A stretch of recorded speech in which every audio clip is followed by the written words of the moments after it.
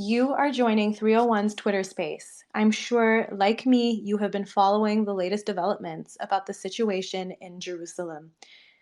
In this Twitter space, we will discuss in depth all matters related to the leasing and demolition of Cow's Garden in the Armenian Quarter.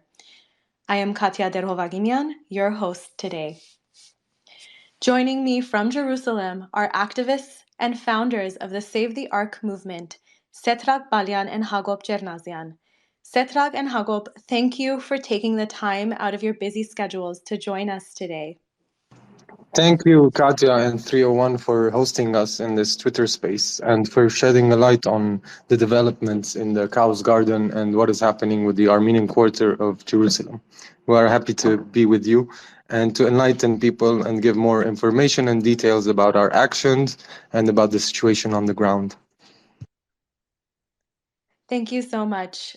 So without further ado, let's jump right in by discussing what happened yesterday. And then we can break down all the moments that led to this attempted incursion. So as many of you know, yesterday on November 5th, representatives of Xana Capital, accompanied by about 15 armed Israeli settlers and guard dogs, entered the Armenian quarter's Cow's Garden, Goverou Bardez, where the Armenian community was holding a peaceful sit-in to prevent the further illegal demolition of the site. At this moment, I do want to point out for those who are listening along that both Setrag and Hagop are using the Save the Ark movement account. So if you're looking for who the next speaker is, it will be through that account. But Setrag, let's start with you. We've seen the clips from the chilling scene. Can you walk us through what happened yesterday? Hi, Katya. This is Hagop Chernazian. First, thank you very much for giving us this opportunity, as Setrag mentioned. I will explain what exactly happened yesterday in the Armenian quarter. So it is important to mention first that on the 26th of October, the Armenian Patriarchate of Jerusalem sent a cancellation letter to Xana Capital Company. This is only one-sided cancellation and not a cancellation also by Xana Capital.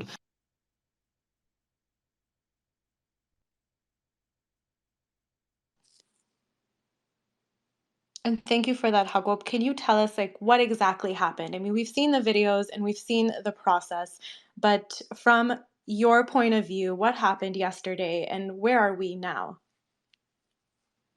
Setrag or Hagop, can you do a quick mic check just to make sure we have you back up and running? Hello? Yes, can you hear us? Yes, we can. Okay, Thank so you. sorry, we're in the old city and the connection is a bit bad. Yes, sorry again. Completely I will understand. continue. So at around 6 p.m., the patriarch arrived in the Goverou Bardez, and around 8 p.m., both sides agreed to leave the area, and the demand from the patriarchate was that Xana Capital will answer to the cancellation letter sent by the patriarchate. It is important to mention that our young members of the community were guarding in the area all the night. I do want to talk about this a little bit more. From what I understand, this isn't the first time that this has happened. It's not the first incident. Is there concern that these incidents will continue to grow by number and become more violent each time? Okay, so yes, this has happened before. Actually, the first incident was when they illegally possessed the land back in April. And they were trying to put up cameras on the walls of the patriarchate, which once again was stopped by the members of the community rather than the Armenian patriarchate. And I mean, right after the cancellation letter, that's when there was an increase of their violent actions. And of course, I mean, we're in Jerusalem. This is the war period. The regional instability also plays into this. And we are all ready for further escalation. We are ready for further incursions and encroachments on Armenian property. And we will do everything to protect our land, to protect our presence, and to protect the Armenian Patriarchate and community. And can you talk about that a little bit more? What happens if it becomes more and more violent each time? And what role do you expect the United Armenian community to play to continue to safeguard the Armenian quarter? Look, we are talking about settler groups here, armed settler groups, and the only opposition we can have against them is from the media pressure. We are in contact also with foreign diplomats and the foreign representatives of countries here, such as the US, France, and other countries. So what we need from the broader Armenian community is obviously to raise awareness about this issue, to keep talking about this issue, to keep it in the news, for it not to be overshadowed by the conflict and by the regional problems. So we are not going to get into violent provocations because that is exactly what they want. They want us to become more violent. They want us to act physically, which we will not do. We will do everything either legally, with the media pressure, with everything we can do, barring, of course, physical violence. Let's go back a little bit. I think for many, this may be the first time they're hearing about this conflict, so maybe this is a good time to give a bit of a backgrounder. Can you tell us a little bit about how this began and how it got to this point? Okay, so this is Hagop again. 2 years ago, on July 8th, 2021, the Armenian Patriarchate of Jerusalem signed a deal of 98-year lease of the entire Goverou Bardez area. So the Goverou Bardez land is located in the Armenian quarter on the highest point in the old city. And the contract, they signed it with the Xana Capital, with Danny Rothman, leasing the entire land to build a luxury hotel for 98 years. And this scandal, let's say, started 2 years ago. Only a few months ago, the community and even members of the Brotherhood discovered out that not only the Cow's Garden is included in the deal, but many other areas are included as well. For example, 5 houses of 5 Armenian families, the Alex and Mari Manukyan events hall, the private parking lot of the Patriarch, and as well the private garden of the Patriarch. Today, we use the Cow's Garden as a community parking lot. For the past 30 years, the community used it as a parking lot, and we continue to use it. And according to the agreement, a hotel should be built there. It is important to say that the company didn't ask or didn't apply for a license from the Jerusalem municipality to build that hotel. And also, I would like to mention that the deal that was signed by the Patriarchate violated the constitution of the St. James Brotherhood. Only the constitution of the St. James Brotherhood allows deals for only 49 years, no more than 49 years. So the community is fighting also to protect the bylaws of the Patriarchate, which was violated by the Patriarch and the defrocked Baret Yeretzian and Bishop Sevan Gharibian, who signed this deal violating the constitution, which they by themselves even voted in favor of the current bylaws to not lease any property for more than 49 years. So this is why the community is fighting. First, to protect the land. Second, that to keep the integrity of the Armenian quarter. And third, to protect the bylaws of the Brotherhood, because we want to prevent future illegal land deals. Thank you for that. And can you tell us about the Save the Ark movement?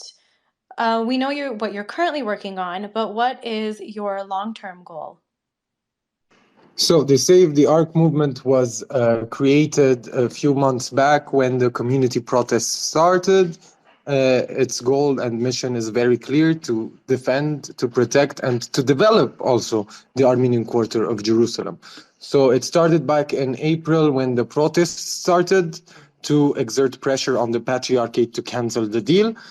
And the immediate goals are obviously the return of the Goverou Bardez land.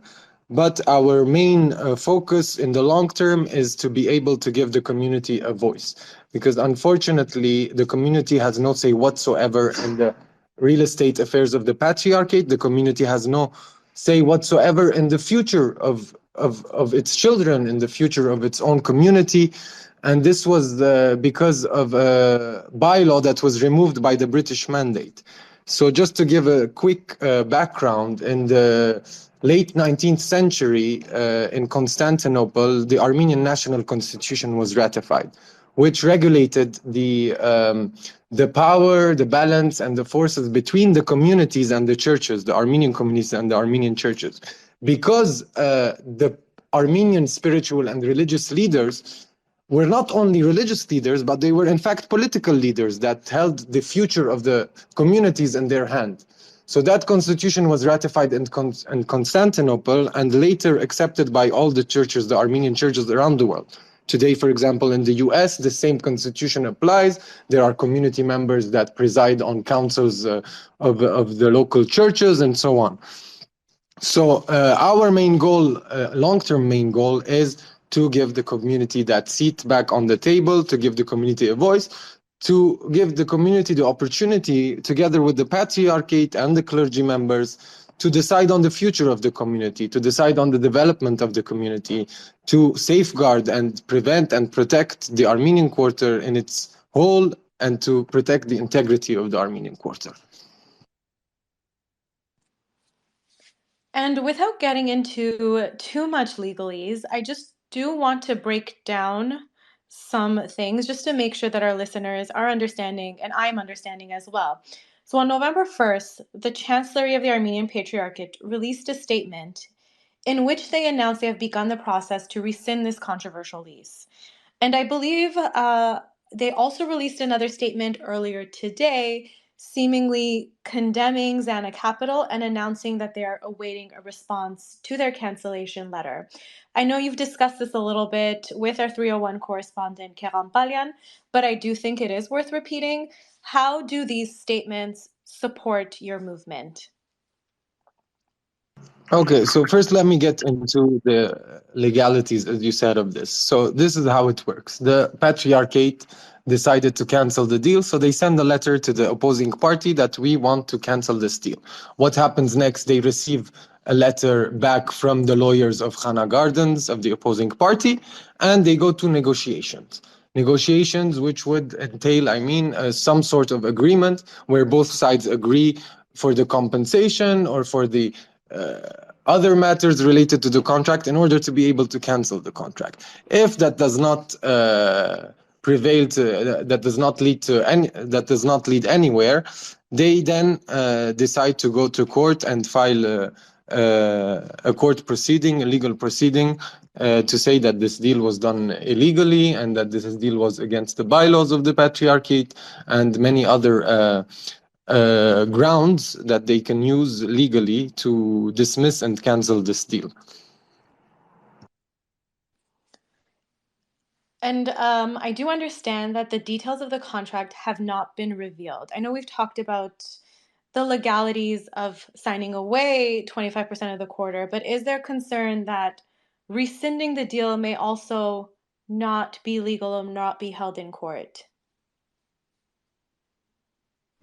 So it is important to mention that we do have the details of the contract. I would like to mention here that a few months ago, the legal team, Kerkorian and Dajani law firm, arrived in Jerusalem, where on a fact-finding mission, where they received the contract from third party, not from the patriarchate, and they learned the contract and they prepared 184 pages report where they explained the contract and the articles inside and in what way we can work on canceling the deal. So yes, we do know the details of the contract, and we have the chances on on legal basis to cancel the contract, but we need the patriarchate to come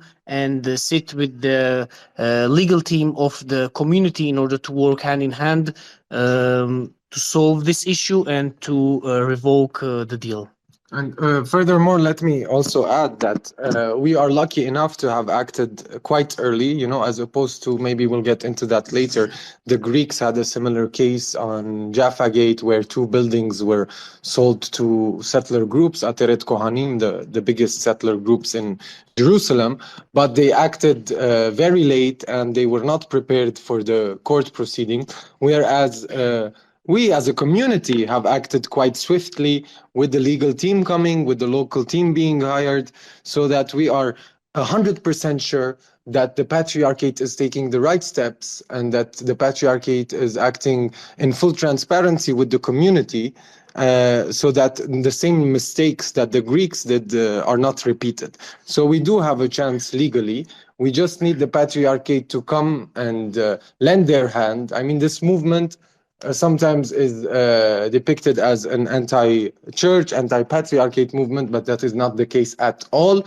On the contrary, we are here to save and preserve the Armenian patriarchate as well as an institution, not as people and as members of the institution, but as an institution itself. And from the beginning of the movement, we have not come out asking for beheadings, asking for the heads of people. We have come out saying that we are lending you a hand. We are experienced in these matters because we have lived here for all our lives. The community understands how the regional political affairs work, the geopolitics of it work.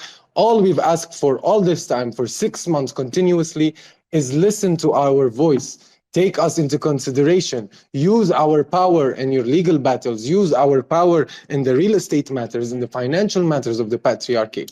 Really, this comes down to the most basic things, that to become more democratic as an institution, so that the responsibility is also shared, the risks are shared, everything is shared among the patriarchate, the clergy members, and the community members. I just would like to add something to what Setrag said.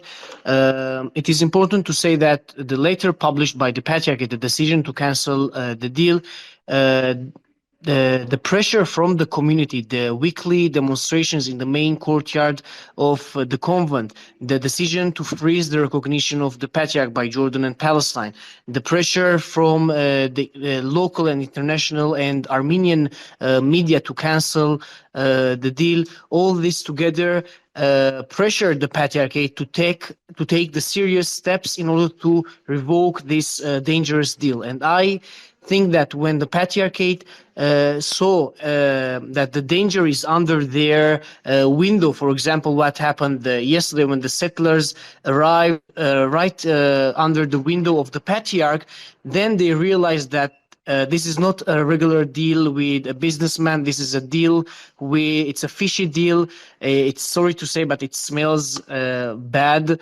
And there are many manipulations and lies in this deal. So that's why we are fighting to revoke it. We have the chance to revoke it. We have the ability to revoke it. We need the support not only of our community, but we need the support of all Armenians worldwide to support our movement, the Save the Ark movement. Save the Ark movement is not only for the Goverou Bardez, as Setrag mentioned, it's for the preservation and the protection of Armenians, Jerusalemite Armenians, and Armenian heritage in Jerusalem and in the Holy Land.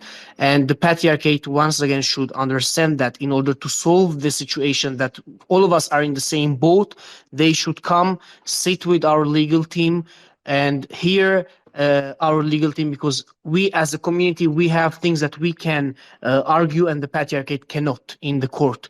So that's why when we join forces, we are stronger. And when we show that to the entire world, and when we show to the second party, for example, Xana Capital, that the community and the Patriarchate both are united in their struggle, in their fight to bring back the land, we will succeed in this battle. And let's round out some of this legalese. Can you tell us a little bit about legally what the legal team is working on? right now to ensure the quarter remains intact? I know you said that they want to work with the Armenian Patriarchate, but in essence, like that will move towards what?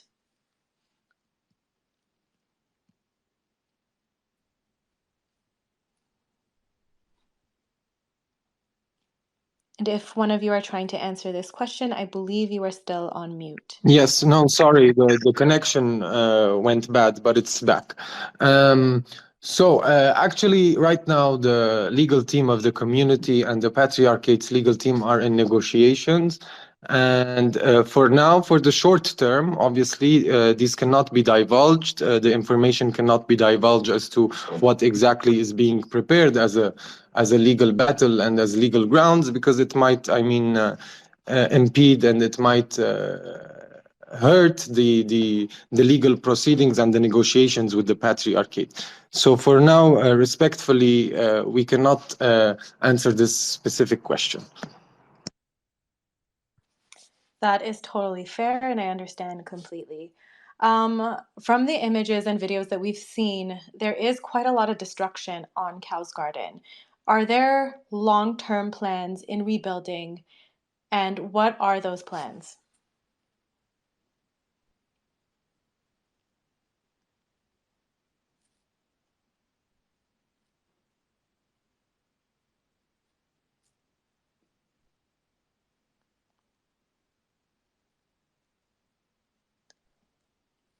And you are on mute once again if you are trying to answer.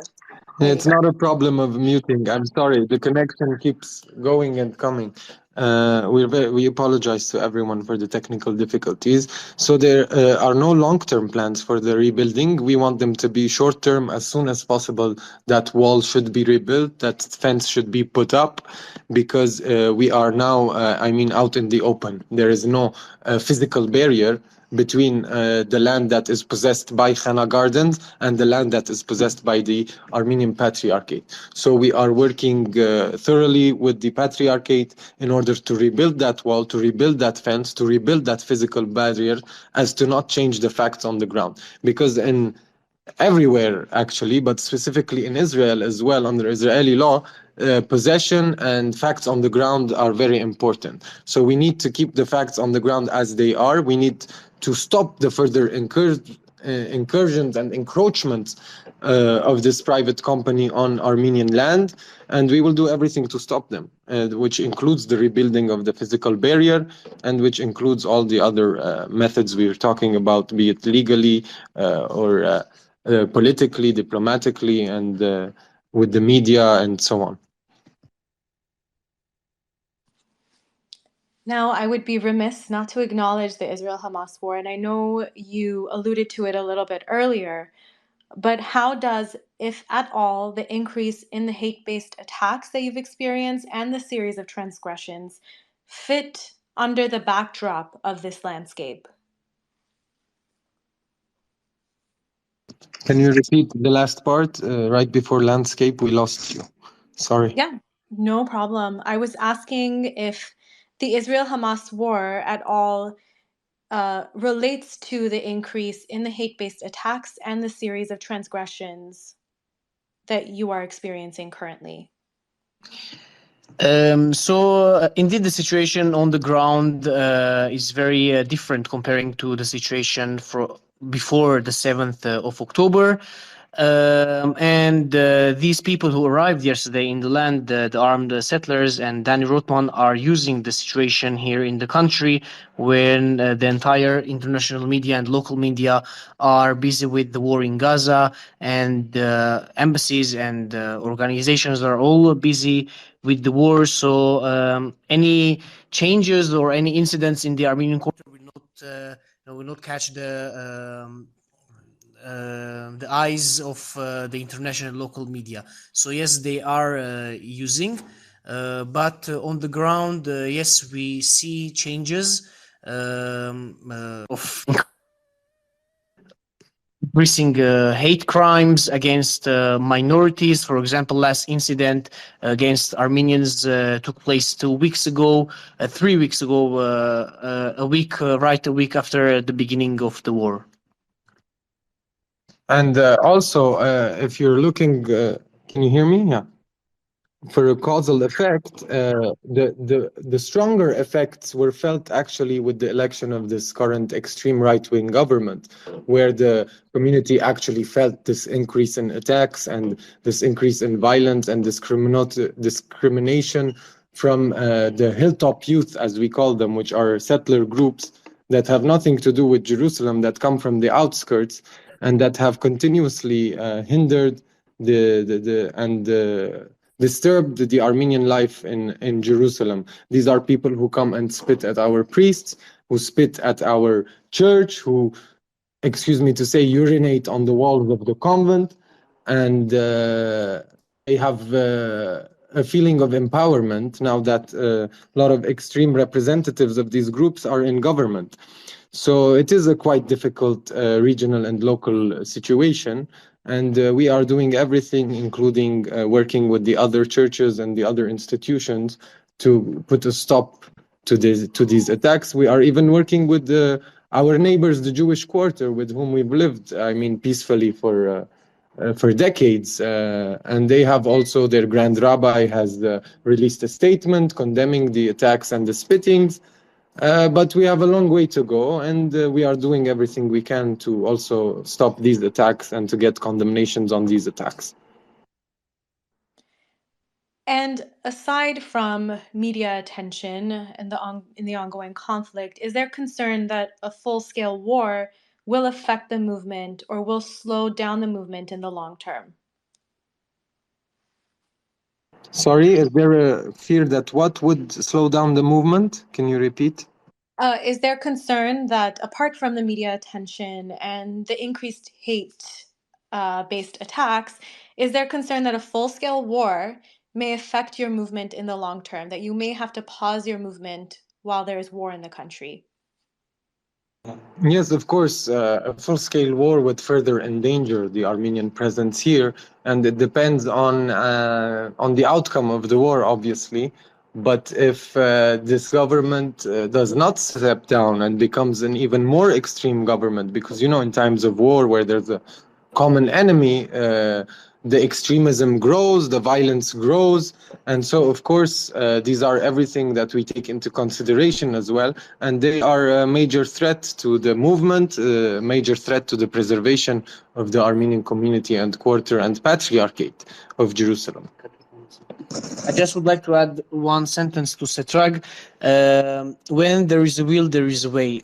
We as a community, we're fighting for this struggle for more than 6 months. And yes, we are taking into consideration the situation, the regional situation, and we hope that it will not escalate into full-scale war. But we continue our battle, we continue our struggle to protect the Armenian quarter even during these difficult and hard times. We have the will, especially the new generation, the young generation of the community, which is fighting every day, protecting its land, protecting our streets of the Armenian quarter, and working towards preserving the Armenian quarter. And for those of us who don't live in Jerusalem, how can we support the Save the Ark movement? So, for those who don't live in Jerusalem, for now, of course, we appreciate media coverage and sharing the stories from the Armenian quarter. But we opened a fund in the Tatoyan Foundation, where you can find the link to help to support us financially, to support our struggle, because we opened this fund in order to pay the legal expenses here, the local legal expenses. Our Armenian lawyers from the States, they work pro bono, but local lawyers should be paid. And you can find our link on our all media pages. I In the do have comments, the you can link. find You can find the link in the comments on the Instagram page, Twitter, and Facebook. And we appreciate your donations to support the struggle of Save the Ark and the struggle of the Armenian community. I actually do have the link in front of me, and for those who are interested, it is givebutter.com/Armenian quarter. And before we wrap up, is there anything the two of you would like to add that we maybe haven't covered? Look, more than adding something, I would like to tell everyone that the Jerusalem Armenian is was as important as Artsakh in terms of cultural heritage, in terms of history, in terms of continuous presence for more than 1,500 years on these lands. This is one of the most important pieces of land. And my call to everyone would be to take action right now, not to wait for it to become another Van, not to wait for it to become another Shushi, not to wait to say, oh, remember when we used to have an Armenian quarter in Jerusalem? Remember we used to have a church here? No, we need to be proactive, not reactive. We are sick and tired as the new generation of crying, of finding culprits left and right, when we all know that we are the culprits and it is all in our hands. Everything detrimental that was done to the Armenian nation, unfortunately, was done because of our inaction, because of our reactive state, because of a lot of treason. And it's sorry to say that. I mean, it's saddening, but this is the truth. We need to face the reality. We need to come together, and we need to make the Armenian Quarter of Jerusalem and the Armenian struggle of Jerusalem a pan-Armenian struggle. And we need to show the world that Armenian unity, and I'm not talking about this stereotypical unity, I'm talking about real unity, where all the organizations and institutions can work together towards one specific goal, where Armenians can be thinking in the long term instead of thinking about today and tomorrow. We need to think about 10 years from now, 20 years from now. So all these are actions that we need to be taking. We need to save the millennia old Armenian presence in Jerusalem, and this will be hope for the whole Armenian nation, who has been taken into a cycle of defeats, a cycle of sadness, a cycle of misery. So we will take us out of this misery. We will let Jerusalem be the hope and the light of the Armenian nation. And what better place, honestly, than the holiest city in the world to be the light of the Armenian nation? And thank you so much for that, for those truly inspiring words. I want to thank you, Setrag and Hagop, once again for your time and for your unwavering dedication to safeguarding the Armenian quarter. It was my pleasure to be able to chat with you. Sorry, if anyone has questions, we would also be happy to answer them. I mean, just a few, if that's in the program. If not, that is completely okay. Yeah, I think we can take the time. If you have the time, we can definitely take the time to answer some questions.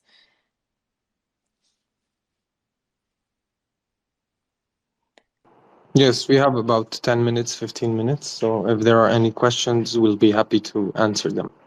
I think if anyone has questions, feel free to type it out in our chat and we'll be happy to respond as we see fit, of course.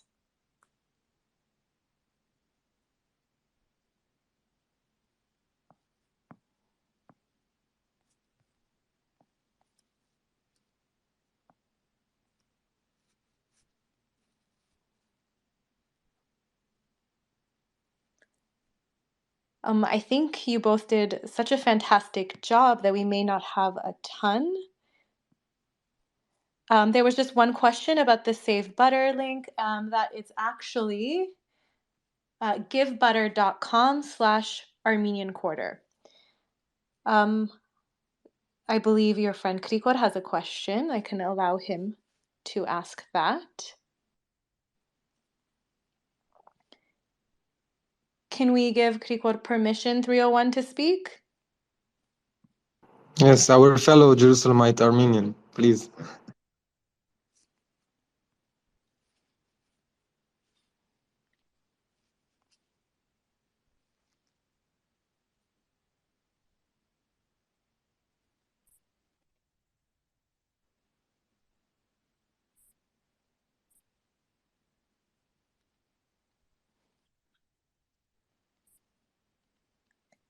Krikor, I believe you are on. You may ask your question. Okay, can you hear me?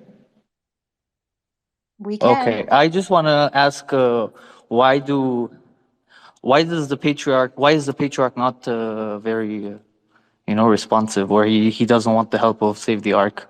Because as far as I can tell, they have a very good legal team, and they have a lot of people in the United States that are really good lawyers. Why don't you guys think the patriarch is lending his hand and wanting your help?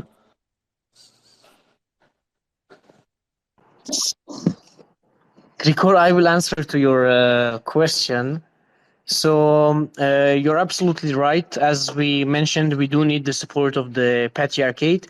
In the past 1 week, we cooperated with the Brotherhood and the patriarchate on what was happening on the ground. Yesterday evening, the patriarchate by himself arrived in the Goverou Bardez to stand with the community, to join forces against the settlers who arrived. But it's not enough in order to win this struggle.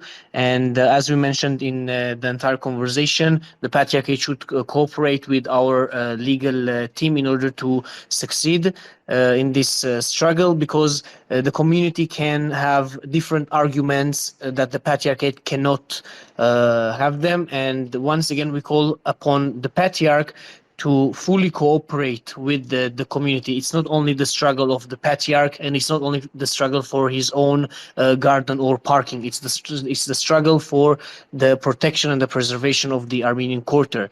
And we are hopeful that he and the Brotherhood will understand that without the community, without the support of the community, they cannot win this difficult struggle and the difficulties we are facing. Does that satisfy your question, Krikor? Or do you need me to Okay. elaborate? Yeah, thank you. Thank you. We do have some questions in the chat. I do want to call on a few. There is a question if these extremists are also violent against other churches in Jerusalem. Yes, actually, these extremists are violent against all non-Jews. Can you hear me? Yes, we can. Oh, sorry. So they're violent against all non-Jews. These extremists are religious extremists who believe that we are all Goys. It is not important for them whether you are Arab, Muslim, Christian, Greek. They have one goal, is the complete Judaization of the old city. It is the complete Judaization of Jerusalem, and is the kicking out and the expelling of all Christians and all non-Jewish communities from Jerusalem. So yes, like I said, ever since the coming of this extreme right-wing government, these extremist groups have felt empowered, and they have been attacking also Latin cemeteries and Greek properties. And as I said, the settler groups have taken control of 2 Greek church properties. But it is also important to note that this has been also, they have also been empowered by the division between the churches, unfortunately. They have done a good job of dividing the churches. And unfortunately, we have been also betrayed by our own church leaders, who have with their own hands signed these documents, who have given these lands, albeit illegally and against the bylaws of the patriarchate. But it is also an internal struggle. That is why also I want to emphasize on the need to change the internal structure of the Armenian patriarchate, and of course the inclusion of the Armenian community and the community members in the decisions of the church, because they relate to us, they relate to our children, to our future in this holy land, and they are an Armenian issue as a whole. They are an issue that these are targets against the Armenian nation as a whole, not only as Armenians of Jerusalem. I think this is a great time to segue into another question we have from a listener. And Zig is asking what support Armenians are getting there from non-Armenians in Jerusalem. On the level of communities, the other Christian communities are fully on board. They are with us in this matter because they also feel the threat on them. Regarding the churches, this should be done on the church level. Unfortunately, the links with the other churches has been severed by the Armenian Patriarchate for some reasons. I mean, there are very bad relations between the Greek church and the Latin church and the Armenian church, but this is also historically, because as you know, another important point is that the Armenians, while being a very small Christian nation, we are the first Christian nation, and we are lucky enough to have equal representation with the Latins and the Greeks in the Church of the Holy Sepulchre, as well as the Church of Holy Nativity in Bethlehem, which is the birthplace of Jesus Christ. So there have been always tensions and altercations between the other churches, but obviously when we have a common threat, this is exactly the time to unite against this common threat instead of fighting for what seems to be now petty issues, because we have a much broader, a much greater threat to our existence as Christians in the Holy Land. And to round out this topic, Tallinn would also like to know about the support you are getting, if any, from the local authorities. So local authorities, she means about the Goverou Bardez struggle or Armenian issue or Christian issue in general. It is important to know which way. Because if it's in the Goverou Bardez issue, we don't have any support from local authorities, especially Israeli authorities. The only authorities who supported our struggle and who are really concerned about the Goverou Bardez and the Armenian quarter are the Jordanian and the Palestinian authorities, who are fully on board and who are fully working on preserving the Armenian and Christian quarters. But on this issue, Israeli authorities cannot help and cannot support, because Armenian and Christian quarters both are targeted by these Israeli extremist groups who target the Armenian and Christian quarters for years. And if we speak about hate crimes, so Israeli authorities unfortunately are not doing enough to stop these attacks from the radicals. And only when the U.S. State Department published its summary of the year and mentioned that Christians are under attack in Jerusalem by extremist Jews, then the Prime Minister of Israel expressed his disagreement with these attacks and condemned them. Only when official body and the state expressed its opposition to these attacks. But on the ground, Israeli authorities, local authorities are not doing enough, and we assume, and it's very obvious, that they will not do enough to prevent these attacks, and also to prevent the Christian Armenian quarter from being targeted by these extremists. It is also, sorry. Yeah, go It ahead. is also important to note that since 1967 and the occupation of Jerusalem, the Armenians and the Christians in general have had to deal with the most trying and threatening times to their existence. We are, as I said, a 1,500-year-old community. We have faced many obstacles. We have seen many passing empires and rulers and occupations. But during the past 100 years, during the past 50 years more specifically, we have felt this transgression, this expropriation, this pressure, and this strangling effect on the Christian and Armenian present. Also, I think there was a question about the support of the Armenian government in the comments. To be honest, there was a tripartite committee that was instated by Jordan, Palestine, and Armenia on the level of foreign ministries, who had a working group a few months back. Hagop can elaborate on that. As for the Armenian diplomatic mission in Israel, unfortunately, we've had zero communication from them, zero cooperation from them. The embassy has not reached out to any of the movement's members. The embassy has not even been interested in what is going on. Perhaps with the patriarch, but nothing with the community, nothing with the, I mean, most community members don't even know who the Armenian ambassador is. So on that level, there has been no cooperation or communication whatsoever from the diplomatic mission. As for the tripartite committee, let me pass on the mic to Hagop, who will further elaborate on that. So the tripartite committee was established 2 years ago by Palestine and Jordan. Both countries visited Armenia 2 years ago, especially for this issue. For the first time, an official delegation from Palestine visited Armenia. They had meetings with the former president Armen Sarkisyan, the foreign affairs minister Arad Mirzoyan, and with the Catholicos. And they raised the issue of the Goverou Bardez, asking from the Republic of Armenia and from Mother See Echmiadzin to work with Jordan and Palestine in order to revoke the deal.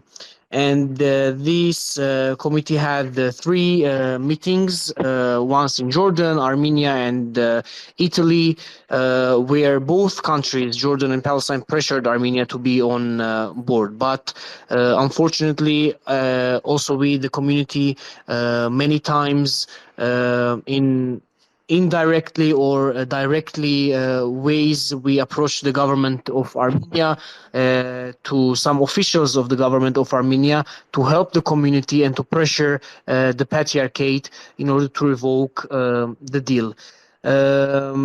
So the last meeting of the tripartite committee took place on May 2023, and the 3 countries published a joint statement where they continue their work in order to preserve and protect the Armenian heritage and Armenian history and Armenian quarter of Jerusalem. But facts on the ground, the Republic of Armenia is not involved, and it can be involved in order to prevent future illegal sales and in order to protect the Armenian quarter. Jordan and Palestine did a lot, and they continue to do in order to protect the status quo of Jerusalem. Let me perhaps also add on the role Jordan and Palestine play. It is important to note that when a patriarch is elected, any patriarch of Jerusalem, they get recognitions from Jordan, Palestine, and Israel. This is historically very meaningful. This holds a lot of power and weight. And also to understand the importance of the Armenian quarter politically, because as Armenians, we're always used to being told that we hold no geopolitical importance, we hold no resources and so on, as we saw in Armenia, but apparently all the roads to Europe pass through Armenia. This is the same situation over here. If we go back to the Camp David Accords, which were the negotiations between Yasser Arafat and Yitzhak Rabin, the Prime Minister of Israel, with Ehud Barak, with Bill Clinton in Camp David, the most contentious issue was the Old City, and more specifically, the Armenian quarter of Jerusalem. It was 2 major issues that supposedly made the negotiations fail. One of them was the right of return of Palestinian refugees, which is a very big issue. And the second is the Armenian quarter of Jerusalem. That is when Yasser Arafat famously said, I am Arafatian, and I will not allow for the Armenian quarter to be split in 2. And the Armenian quarter belongs with its brothers next to the Christian and Muslim quarters as part of a future Palestinian state.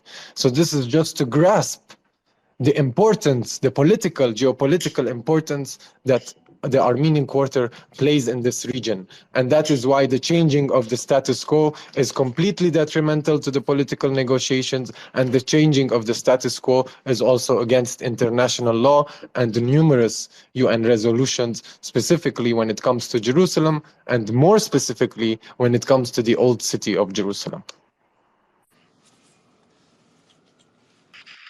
I think I'd like to pass the mic to Chris, who's been waiting patiently. Thank you, Chris, and go ahead. Parev says, "Urachem Zantanal says Yehagop Yev Setrag." I'm an attorney here in New York. Can you hear me okay? We can, yes. Yes, it's very clear. Wonderful. You described a process at the very beginning of the call where the cancellation letter triggers a process where Xana would have to respond, and then some negotiations and compensation discussions might ensue after that. And then I believe you said that if there's a failure of those negotiations, a lawsuit can be instituted. I guess you meant by one or both of the parties. Is that an actual legal procedure that's described somewhere in the law of the occupied territories or the law of Israel, or that's just a custom and practice in the old city? I believe this is a custom and practice. I mean, I can refer you to our legal team for more detailed legal questions, but as far as I understand, they can also file a lawsuit right now. I mean, this doesn't stop them. There's no obligation for them to go through negotiations, if that's the question, if I understood it well. There's no written law that they need to negotiate. It's only better to save us time, to save us money, because it's a long legal process that might take 10 years or more. That is why they opt maybe for negotiations to try and negotiate and I mean, cancel the deal between them. But of course, there is no legal obligation whatsoever to have that negotiation. I mean, it can be the lawsuit can be filed immediately. Did I understand your question correctly? Yeah. I mean, in other jurisdictions, New York, which is the one I'm most familiar with, a landlord can't just send a letter to the tenant and say the lease is canceled. You know, so it strikes me as a spurkahai, it just strikes me as an unusual protocol. And I was trying to get some better understanding of how it works. Okay, so I can also refer you to the legal team for more detailed legal answer. Okay. But as far as I understood, that is the case. But there is no, as you said, this is a lease that has not completely gone into force because the licenses are still not received from the municipality, so there's no building whatsoever taking place. So as far as I understand, they sent it as a way to call them to negotiations and to get an answer from them. But as you said, they can go immediately to the court and say that this was illegally done and to present other grounds in order to fight a legal battle rather than negotiate with the tenant. But I mean, I'm sure even in New York, you can send a letter to your tenant and then he can respond and maybe come to negotiate. I don't know. I'm not sure. And you will tell him, give him reasons or so on. And if he refuses, you can both go to court, or one of the sides can call the other to go to court. But I don't want to speculate on the legal. It's fine. Are we Armenians? Are we still parking our cars in Goverou Bardez? Are the 5 families that you mentioned still living in the houses? You mentioned also the Patriarch's Garden. Do we still have possession of that? Or is it now being controlled by Rothman? So, yes, Armenians can continue and park their cars in the Goverou Bardez, and the Armenian families living in the 5 houses continue to live there. And the parking lot, the private parking lot of the Patriarchate and the garden of the Patriarchate and Alex and Marie Manugyan events are all under the possession of and the control of the Patriarchate. Only one part of the Goverou Bardez, which is the community parking lot, is under the control of the company, under the control of Danny Rothman and his partner George Warwar. So both are controlling that area. It is important to mention that the company, Xana company, decided to ban some Armenians to enter and park their cars in the Goverou Bardez. For example, Setrag and me, both of us and other community members cannot park their cars because some attended the demonstrations, some are against the deal, so they see who is against the deal and they ban them from entering the deal, enter the parking lot. So now, for now, that part of the Goverou Bardez, of the historical Goverou Bardez, is under their possession for approximately 7,000 square meters, and the rest. That in total, the entire deal is 11,500 square meters. Now, around 4,000 4,000 square meters is under the control of the patriarchate. The rest is unfortunately under the control of the company. Thank you very much. I have a million other questions, but I'll maybe shoot you an email offline, and we could take it from there, so I don't hog up the conversation. Yes, sure. We'll be happy to answer any questions you have, and we'll also refer you to the legal team if you have any further legal questions. Also, an important thing to add, because a lot of people say, but this was specifically former priest, defrocked priest, Baret Iretzian, that this is a purely commercial deal, that we are going to get money from this. First of all, yesterday proved that this is not a purely commercial deal when these men came with thugs. And also, what is very important to note is that this property, as said by former defrocked priest who was the mastermind of this deal, he said it's the most expensive property in the world. Not in Jerusalem, not in the Holy Land, in the world. So this is akin to Times Square in New York. This is akin to Piccadilly Circus, Oxford Street in London. This is the Champs-Élysées and the Eiffel Tower in Paris. And it was given for peanuts, literally. It was given for a laughable amount and probably some money under the table. So if anyone wants to argue the commerciality of the deal, that is also put under a question mark, because as I noted, it's a ridiculous amount for the piece of land that they are getting. And my friends at ANC Toronto have a question for you as well. They are asking if there are specific resources or books you would recommend for those looking to learn more about the history of the Armenian Quarter in Jerusalem. There are a few books, actually. One of them is Armenians in Palestine by Barsen Aghabekian, but there is also other books such as The Armenians of the Holy Land that Kevor Kentilian wrote. There's also Savalanyans by Bedros. No, Savalanyans. We will get you the info. There's also Bedros Dermatosyan, who has written extensively on the Armenian Quarter and Armenian issue.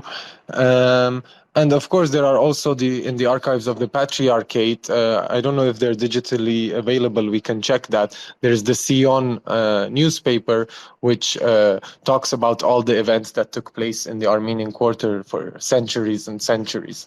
But these are the main, I think, bibliographical sources.